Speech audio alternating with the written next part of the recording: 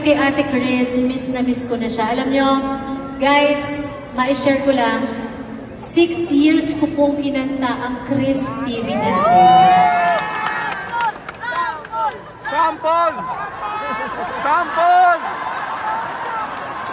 Sampol, titanggi!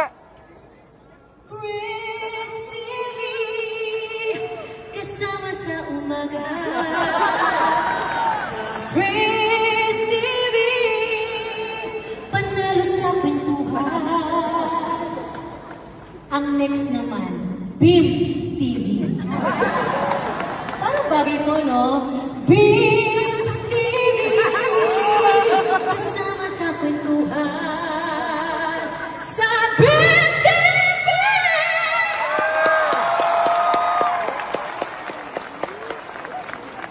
Thank you, Beam. I love you and Ate Chris. I love you, Ate Chris. Sana mapanood ng Ate Chris ito. Kasi ilang sapatos din po ang pinadala ng Ate Chris. Hindi ko po nga nasosod yung iba, Ate Chris. At pakisabi kay Ate Chris,